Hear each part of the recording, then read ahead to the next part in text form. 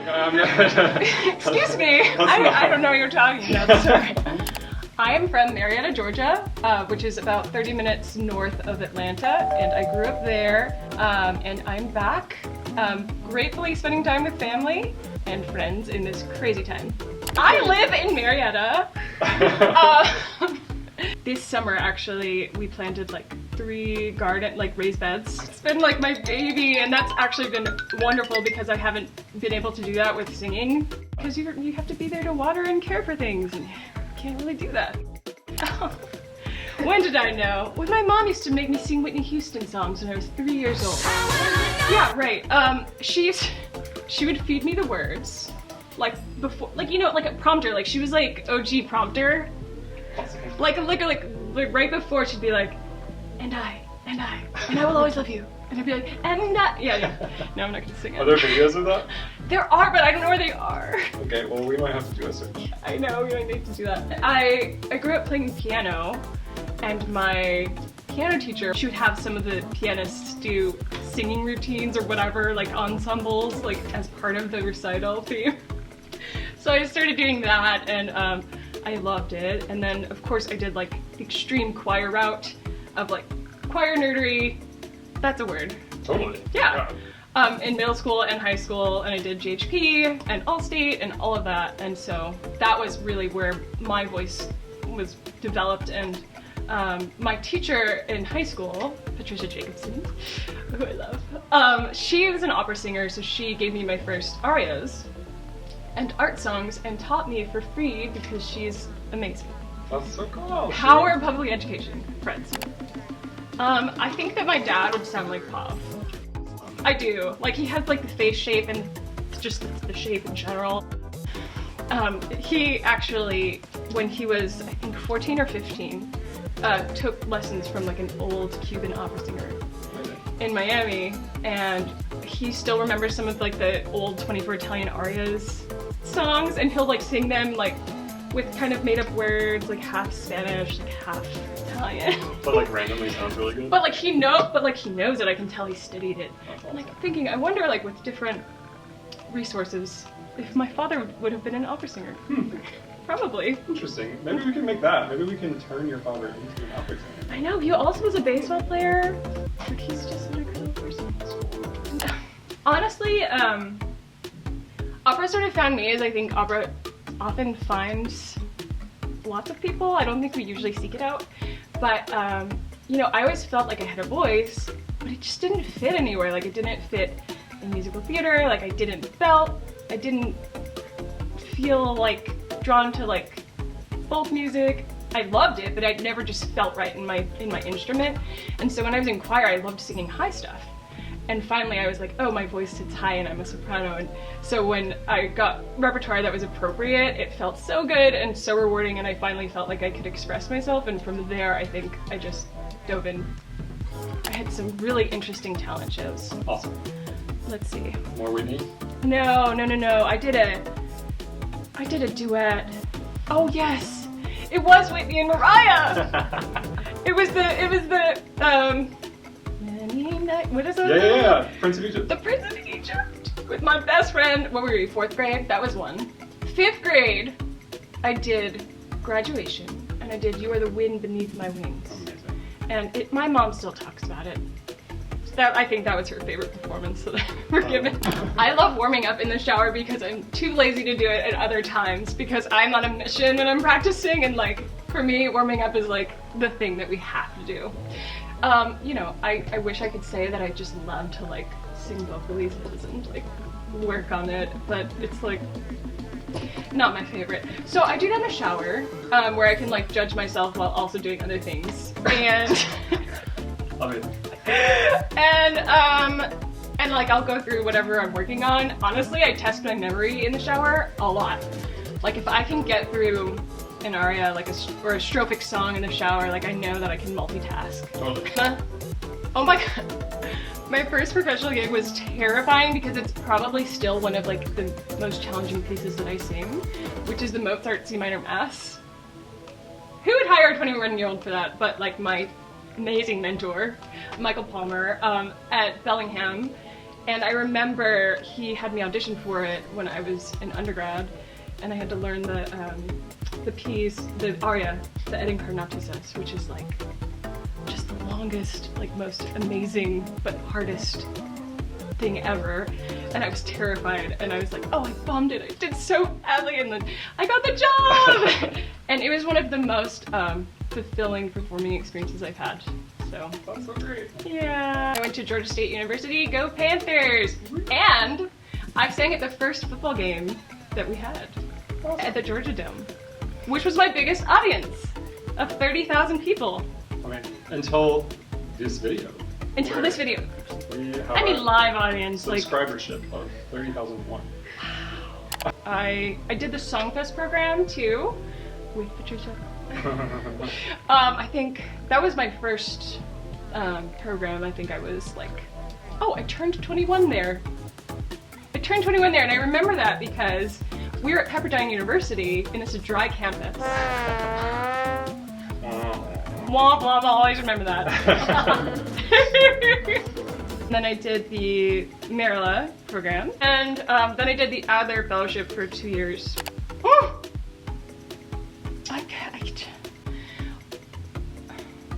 Gosh. So many people. Maybe Kiri Tukanwa. Totally. Yeah, just like the consistency of tone, and she's like a go-to for me. Yeah. For just like so many different types of repertoire, which I think is also like a mark of a great singer. Yeah. And then Barbara Bonney Amazing. for like all the Mozart and all my oratorio stuff that I love. Just it's so pure.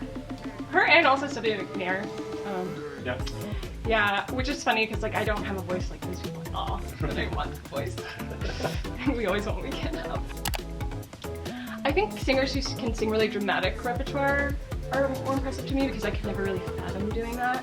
But I think someone like, at least currently, that really impresses me because she can sing everything is Jamie Barton.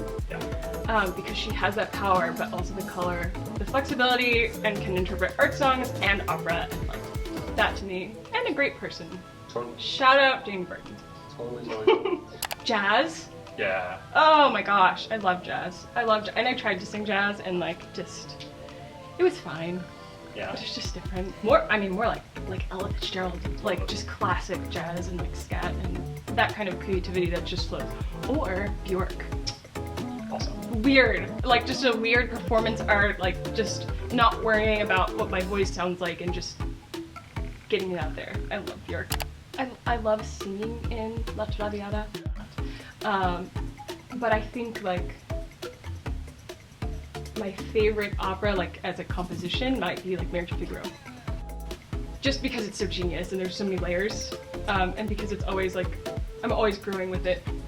And also because there's so many different roles in it that I can sing, and I mean, you grow with that as well, I think, but I think opera singers tend to love the thing that they're working on at the time. Yeah. Oh, I try to cut down on those as much as possible. What did my teacher say? He used to call them Singerisms. So the less Singerisms you develop, like the more you're gonna be a normal person. So like don't get the rituals going because you like equate them with doing well or not, and it gets very superstitious. But I have them. So I have tea. I'm like big on tea. Big on meditating, which has been like more in the last few years. I don't listen to music. I listen to podcasts. I just kind of try to like stay present and not like listen to any rehearsals or think about it, and just go in with like a fresh slate. I love like spa rituals, like bath, face mask, like all of that greatness, candles. Yeah. Oh my god. And I will bring that into the hotel, I will. Dream Manon. I would love to sing Manon. I've done Juliet, and I feel like it would be that and more fun because she has like a way bigger personality, I think. And like just more of a character development. And I'm working on like maybe Lucia, which is like kind of a thing that I haven't known for a while, but it's feeling good.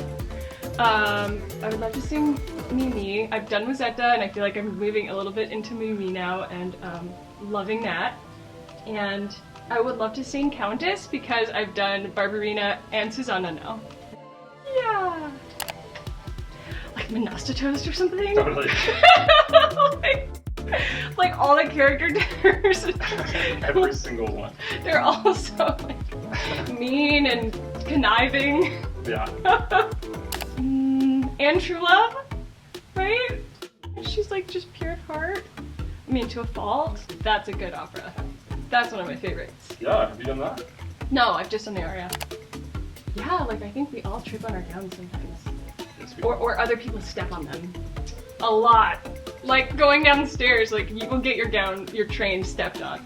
And I think one of the marks of like a great opera partner is to know like that they will help you maneuver the costumes and the gowns. Another thing that happens is like hoop skirts getting stuck to the floor if you're kneeling in them.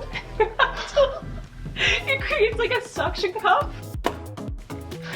Sopranos know, we know this. Oh. But you have to kind of let some air out of the side of it before you stand up or you move it suctions to the floor. That has not happened to me live, but it's happened to me in rehearsal. Amazing. Yeah, I'm like a Spotify queen, although honestly, I've been really like drifting to podcasts lately. I think I needed like a little bit of a break from music in the quarantine, and now I'm feeling like recharged and ready. Let's see. I was listening to probably some like weird, sad indie music. Sufjan Stevens. Ding ding ding ding ding. Ding, ding, ding, ding, ding, ding, for the win! Oh my goodness. I watched all of The Office in quarantine. I love 30 Rock. I love all the shows.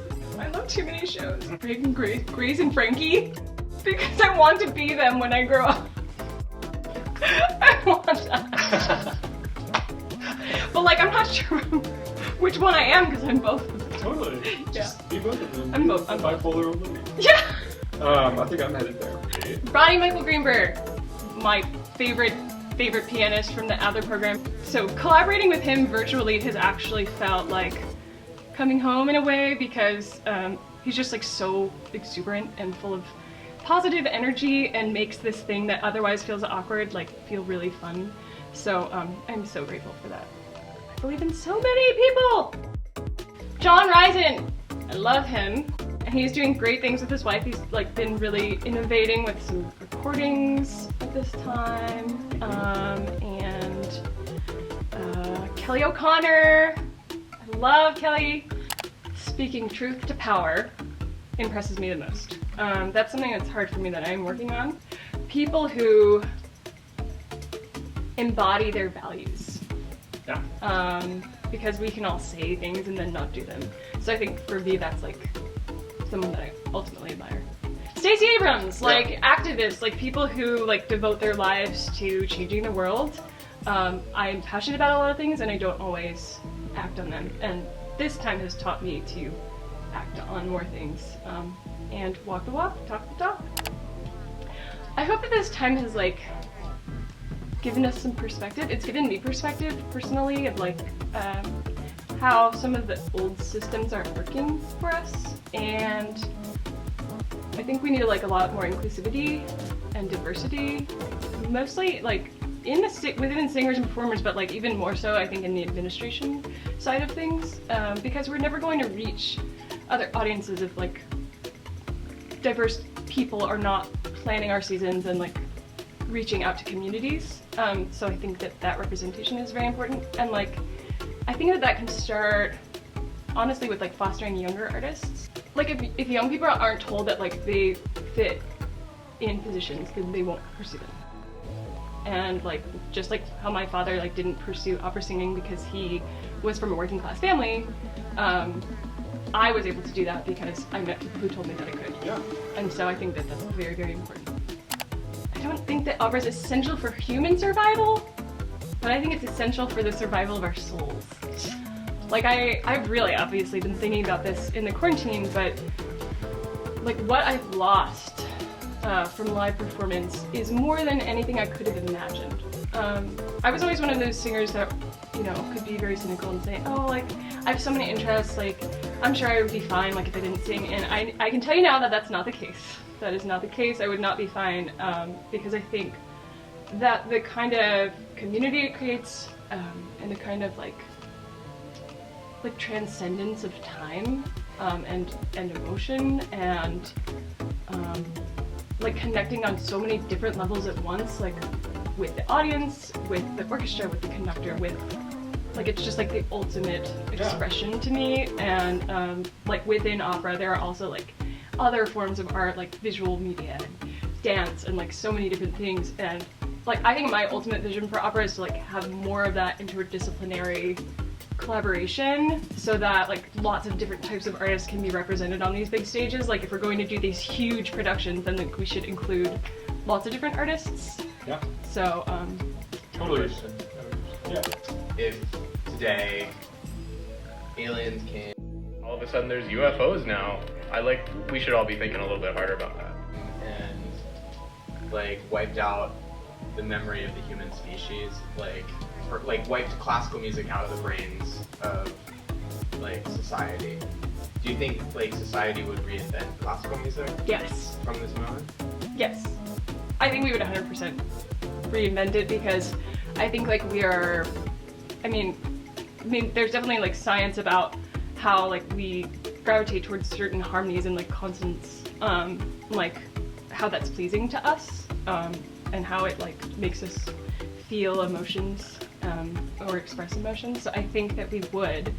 I wonder how different it would be if it started like out of like a more secular place. So like if it started now, versus it starting like more in the church. I wonder what that would be like. And I wonder what it would be like if we had like computers from the start. So, don't know. Yeah. Good question.